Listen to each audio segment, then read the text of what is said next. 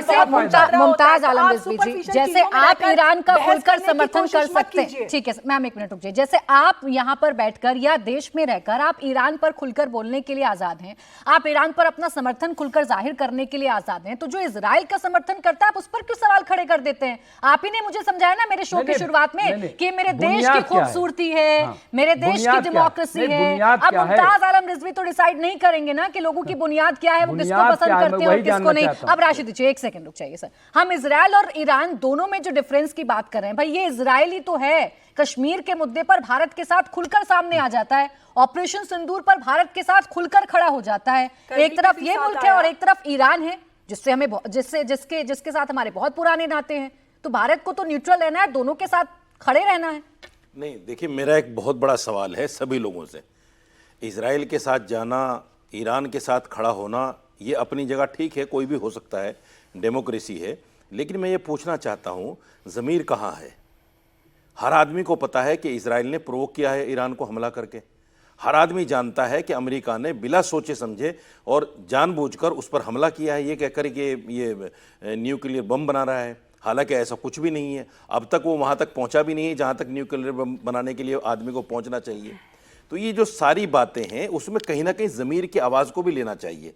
मेरा मन क्या कहता है, सिर्फ टीवी पर आने के लिए और अपने आप को कहीं ना कहीं लाइमलाइट में लाने के लिए ये कह देना कि साहब इजराइल तो हज़ारों बच्चों का कातिल है फ़लस्तीन में, क्या कर दिया फ़लस्तीन वालों ने उनके साथ में? भाई क्यों मार रहा है उनको? अरे हमास के साथ आपकी लड़ाई, हमास को मारो ना, हमास के लोगों को मारो। आप स्कूलों पर आप जो है स्कूलों पर बम बरसा रहे हैं, अस्पतालों पर बम बरसा रहे हैं, आप सिविलियन को मार रहे हैं, ये कौन सी लड़ाई है भाई? ये कौन सी जंग है आपकी?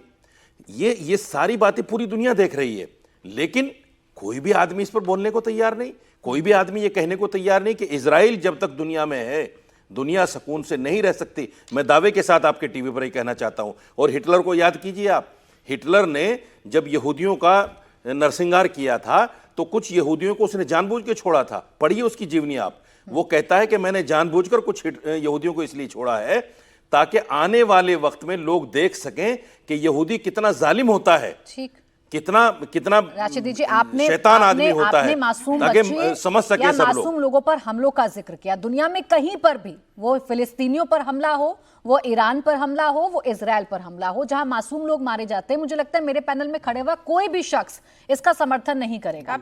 लेकिन अगर मासूम लोगों को मारने की बात है तो अभी हमले की तस्वीर हमने देखी है ना, जहां अस्पताल पर मिसाइलें दागी गई हैं इजराइल के, यहाँ तो देखिए ये दो मुल्कों की जंग है, सुनिए ये दो मुल्कों की जंग है। प्राची जी माफ कीजिएगा, दो आंख नहीं करनी चाहिए ना हमें। नहीं सुनिए 30 सेकंड दीजिए। ये दो मुल्कों की जंग है, आपने जानबूझकर ललकारा है ईरान को, जानबूझकर ललकारा है, इसलिए वो इस तरह के हमले कर रहा है। आम लोगों को फलस्तीन नहीं, फलस्तीन में जो जंग थी वो हमास के साथ थी।